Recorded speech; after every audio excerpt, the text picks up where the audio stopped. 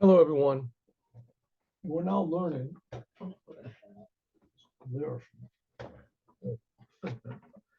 We're now concluding the essay that we learned in Likuti Sichot, which are collected speeches of the Rebbe, third book.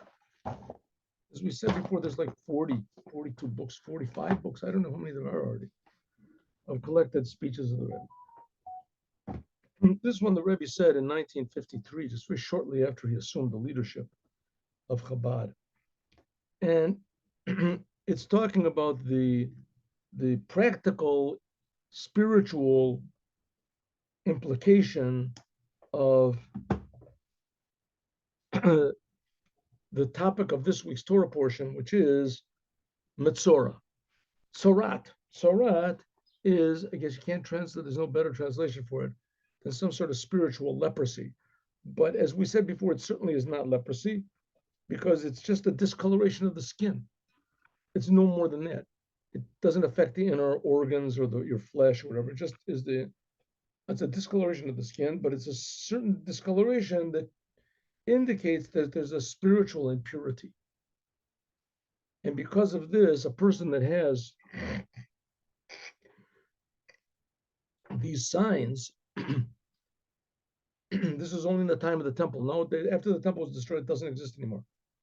And the person that had these signs, as he was ostracized from society until the signs went away, until the discoloration of the skin went away. But until then, he couldn't go to the Holy Temple, he couldn't be with other people. He was ostracized from society. And especially if it's a woman, she couldn't be with her husband, or a husband couldn't be with his wife. Okay. And that's one type. There's another type of impurity that's also spoken about here, and that is menstruation. Menstruation, a woman in the time of her menstruation, she also can't be with her husband. Also can't be with her husband. And so the Rebbe investigates this whole business. Why can't she be with her husband? Because she's impure. She's impure. The blood makes her impure, and then she can't. So the Rebbe said, well, there's another opinion, that it's not at all because of impurity, but it's because of it's just a law. Because blood does not make a person. If a woman cuts her finger or whatever, and there's blood, it doesn't make her impure, right? If the blood, even if of another woman that's in menstruation goes from one woman to another woman, the second woman is not impure. So maybe it's not because of the blood. Maybe it's because it's just a law. It's just a law that's another thing that makes her forbidden to her husband. Right? She's forbidden to her husband if she's not because of impurity. So the Rebbe said, well, what's the big difference? This is because the reason that there's a man and a woman in this world is because there's God in the Jewish people. God is the man, Jewish people are the woman. Jewish people are the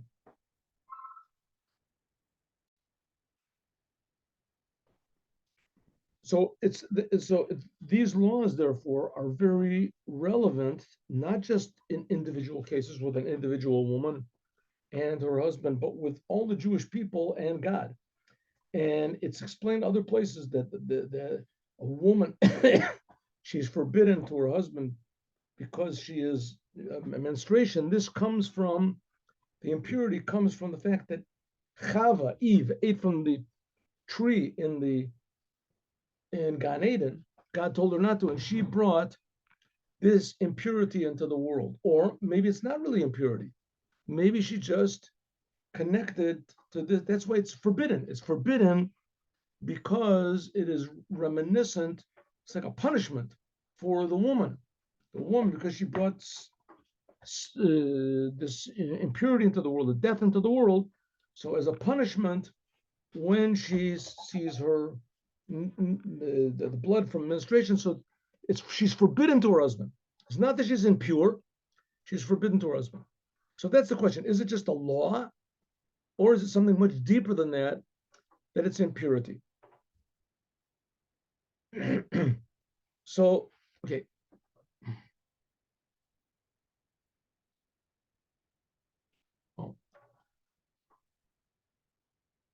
So the Rebbe says it seems that we can say the second, that in fact, when a Jew does a sin, and if Jews sin in general, it's not like impurity. It's not something that's deep in the soul, but rather it's just something that's forbidden and that you can fix it up. If it's impurity, then you can do repentance and you can change your heart and you can change your mind all you want to. It's impure. There's nothing you can do about it. A person touches a dead body, for instance, so he's impure. He can't go into the holy temple for the rest of his life unless he has the red ashes of the red cow sprinter. But it doesn't make any difference what he does personally after that. If he repents or he begs or he gives charity, it doesn't help. If he touched a dead body, then impurity cannot be removed by our means of our actions, which is not the case of a sin. A sin certainly can be removed by our actions. If a person repents, he returns to the Creator, he changes his attitude toward life, toward the Torah, then that takes care of him. Right? That fixes him up.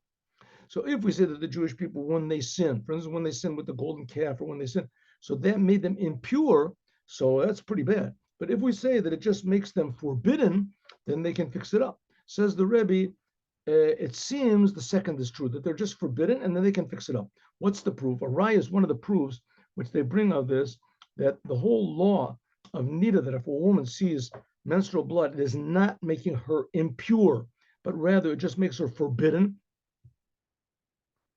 And same thing, we can take that metaphor further with the Jewish people. They can never be impure to God. They could just be forbidden, and we can change that.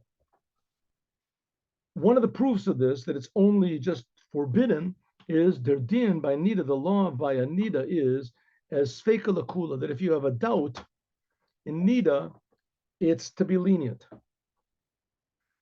A woman, for instance, she doesn't remember what color blood she saw. She saw blood. There's certain colors of blood which are forbidden. Certain colors are not forbidden. They're not considered to be blood. And she had blood. She doesn't remember what color she saw. She had a cloth and she lost the cloth. So if it's a doubt, it says that she's permissible. Fred Tosfos, one of the commentaries on the Talmud says, they're din by tuma, the law by impurity. If it's tuma, if it's impurity, that impurity in a private domain is, if you have a doubt, it's always forbidden. For instance, let's take this case, or a woman, if you see you touched a mouse is impure. Touch the mouse if it's dead, but if it's alive, it's not. Now you touched it and you don't know if it was alive or not. So it depends. If you know you touched it, but you don't know if it was alive or if it was dead. If it was in a public domain, then it's permissible. A doubt is permissible. But if it's in a private domain, then the law is that you're forbidden. That's the law.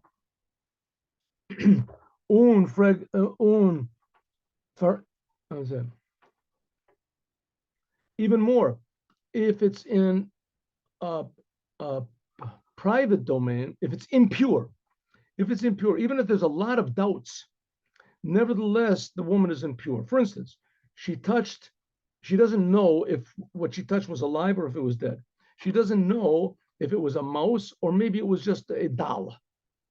She doesn't know if she really touched it, or it could be that it just maybe the wind blew it and she saw it and touched it. She has 5 doubts, what it was, how it was, doesn't make any difference. If it's in a private domain, she is considered to be impure. 1,000 doubts. If it's in a public domain, then she's pure. Even 1 doubt is enough. Okay, but the Jewish people with God are in a private domain, and the Rebbe is going to explain why. So, but nevertheless, but what about the blood of menstruation? If it's in a private domain, what's the law over there? Is it impure? If it's impure, then if there's a doubt, she should be considered to be, if she's a doubt if she saw blood or not, she should be impure. But if it's just forbidden, so then it would be sfeika lakula.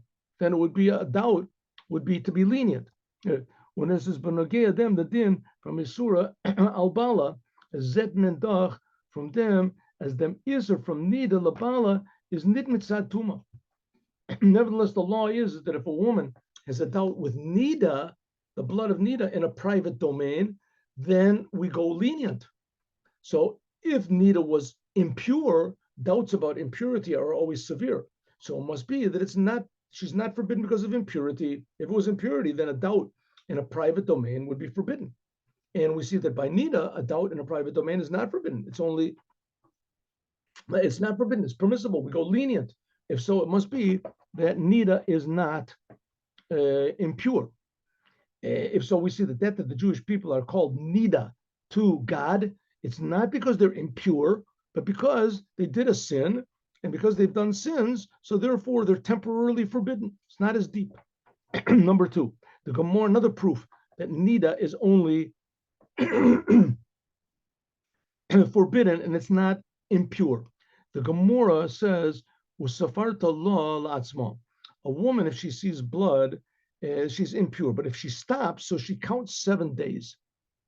And then those 7 days of purity, after that, then she can, let's say, she can go to the mikveh. Then she's permissible to her husband. Where does she count? She counts to herself. She doesn't have to have witnesses or anything.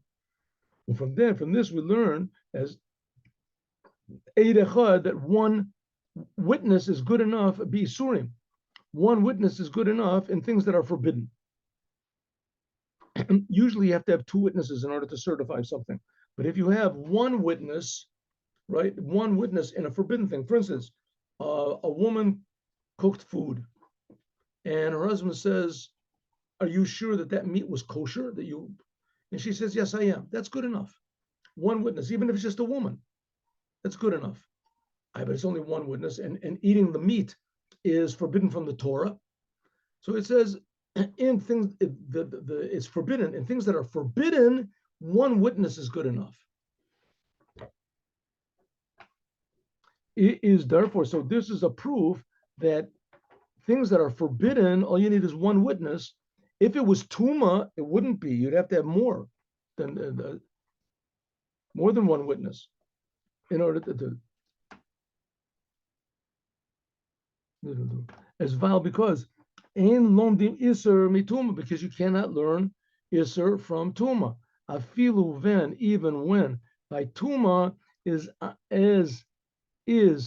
on aid echad be gloibt. 1 second. I'm sorry. There are a couple words I missed over.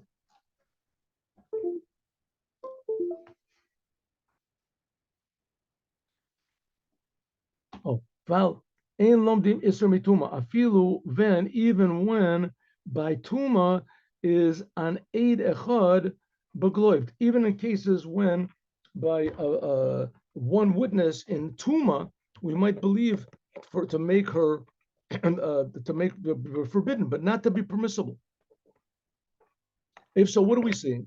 That one witness is believed in forbidden things, but as far as tuma, one witness would not be believed. By a woman counting her 7 clean days to be permissible to her husband, if it was tuma, she would have to have 2 witnesses. But because it's not, it's only isur, so therefore one witness is sufficient. From this, the Rebbe learns out also the connection between the interruption between God and the Jewish people because of the sins of the Jewish people. It's not that it makes them tuma, even though that being Jewish people sinning to God, they are separated from God like a nida, like a woman in menstruation. It says, good, okay, a woman in menstruation is not separated because of impurity, but only because it's just forbidden and that can be fixed up. And here we have proof that menstruation, the impurity of menstruation is not really impurity. It's just a law that it's forbidden. And that's why the Jewish people are forbidden to God if they do sins, because it's just a temporary separation. Everything which is in Torah is very, very exact in all the details. When the Allah Vizezainen in Nigla, and everything which is in the revealed Torah is also fitting also to the inside of the Torah, the soul of the Torah. Is doch movement, so it's understood as nitnur, not only the law is the law and the conclusion from the isur that nida, the blood of menstruation is an isur. It's not impurity.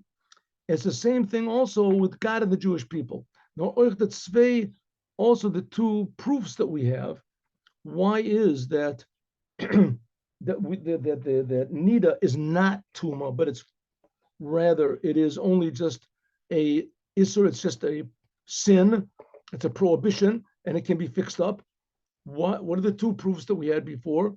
One of the proofs we had was that a doubt in nida, impurity, a doubt in a private domain is always forbidden, but an isur is not necessarily forbidden. And we see that nida is private. What about Jews and the guy? And nevertheless, and she can be pure. We believe what she says, right? If she has a doubt, then we believe what she says. She has a doubt and she's pure, which is not the case with Tuma. If she had a doubt, she would be impure if it's in a private domain. One second, the Jews and God, are they in a private domain? A yid is the chagoyachad. The Jewish people, they are one nation, a special nation in the world.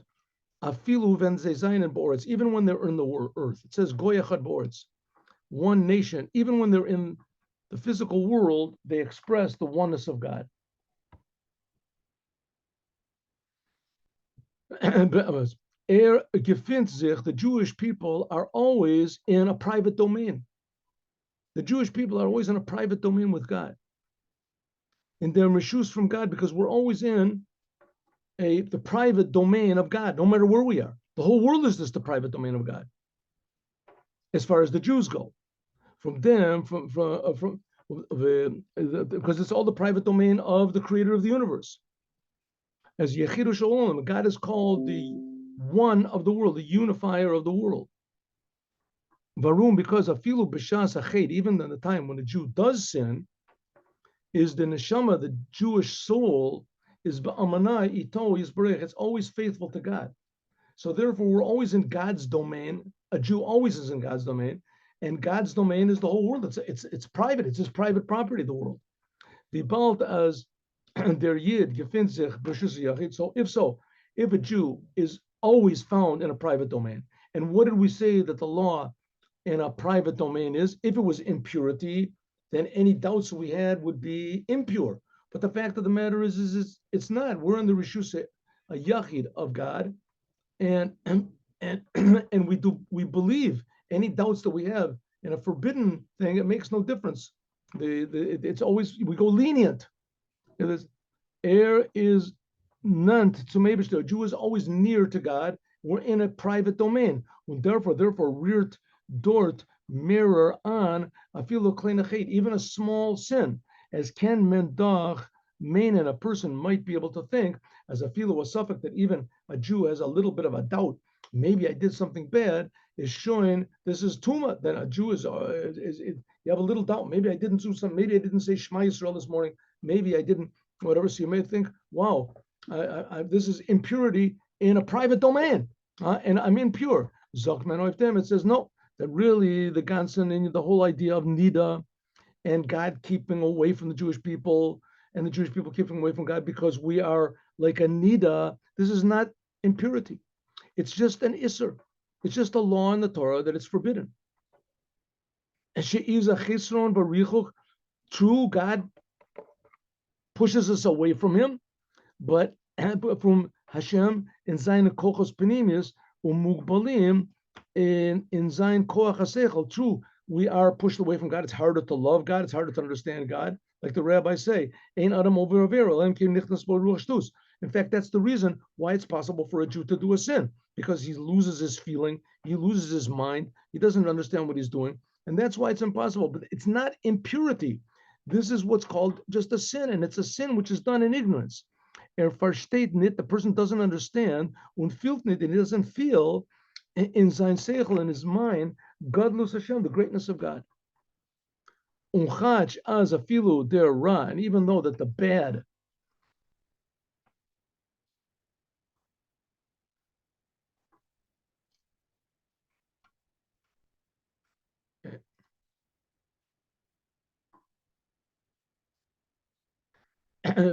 from a sin is it interferes with a Jew temporarily from unifying with God.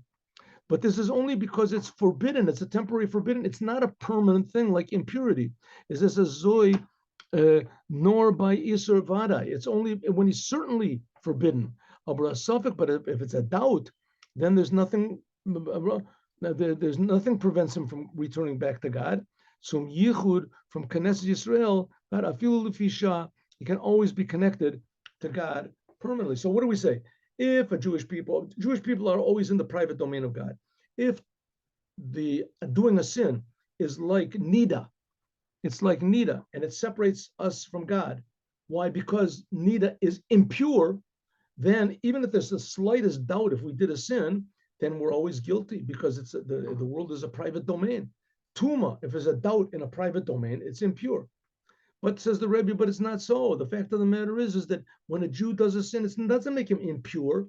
It just makes him temporarily forbidden. Temporarily forbidden. Because it's temporarily forbidden, is therefore it's possible for him to get out of it, especially if there's a doubt. If he did it or not, then he can easily repair it. Second proof that doing sins is like nida and it is forbidden, not impure.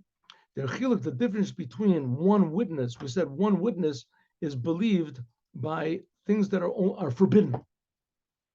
And two witnesses, they are two witnesses, the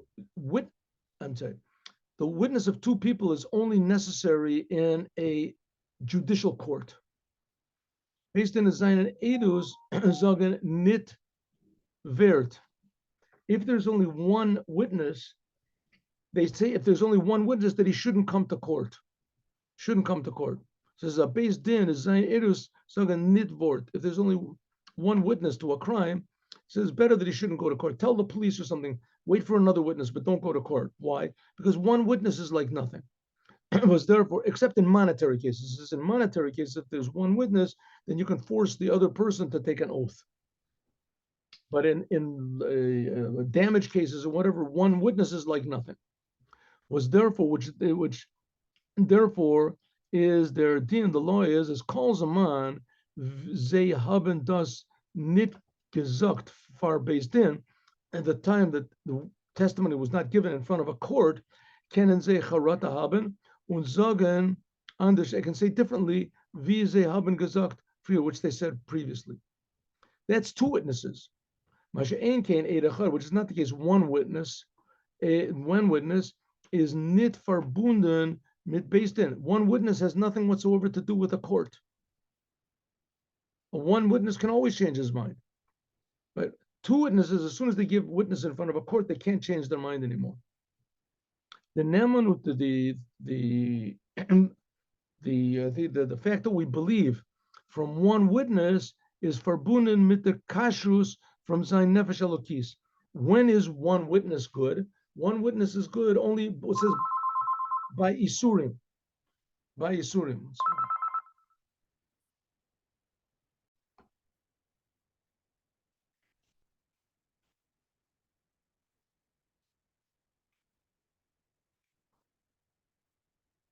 So if so, we see that the whole idea of the fact that a woman is forbidden to her husband is not because of impurity, but it's rather just a thing of isur. It's like we said, like kosher food or whatever, one witness is good. And one witness is also good for nida. A woman that declares, she says, I am pure, we believe her.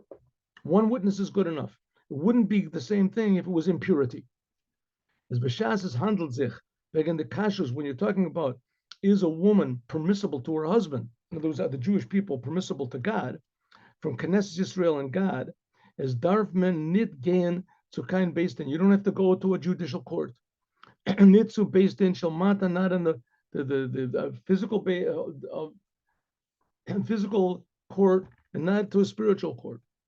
Maybe you have to do in physical the court cases, damages, etc. But with God and the Jewish people, not.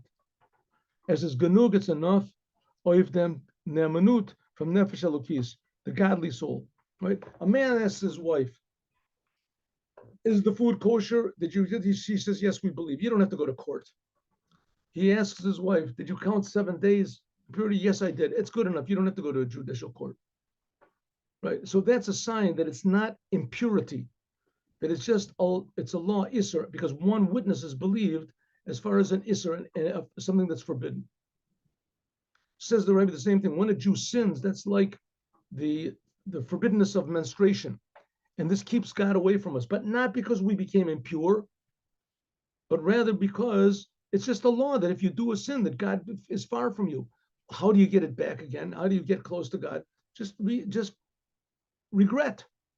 Change your mind. One witness is believed. You're believed to say, I changed my mind. One witness is good. B'shas the nefesh elokis, when the godly soul get a krech, gives a moan, for the truth. Oh yeah, I did a sin, terrible thing, a bad thing. As darf men nit ankommen, you don't have to judge. Is it genuine? Is it not? Und der Eibishter get them in. A Jew gives to the God gives to the Jewish people. Kaminag govrim Yehudaim. That when there's a wedding, so a Jewish wedding, before the wedding, there's read what's called a ketuvah. A ketuvah is the marriage contract where the man obligates himself to the woman. He obligates to provide for her and to heal her if she needs, and to care for her, and to provide for her clothes, food, housing, etc., love, just like as is the custom from Jewish men. What does he have to give her? She'er kos ve'ona. He has to give kosos ve'ona. He has to give her food, her garments, and her conjugal rights. On their ikr, the main thing is, and so God is our husband of the Jewish people, and He is going to give us all these things that we need, because that's the law. We can never be impure to Him. If we do sins, we just become forbidden for a short amount of time, and that can be ended.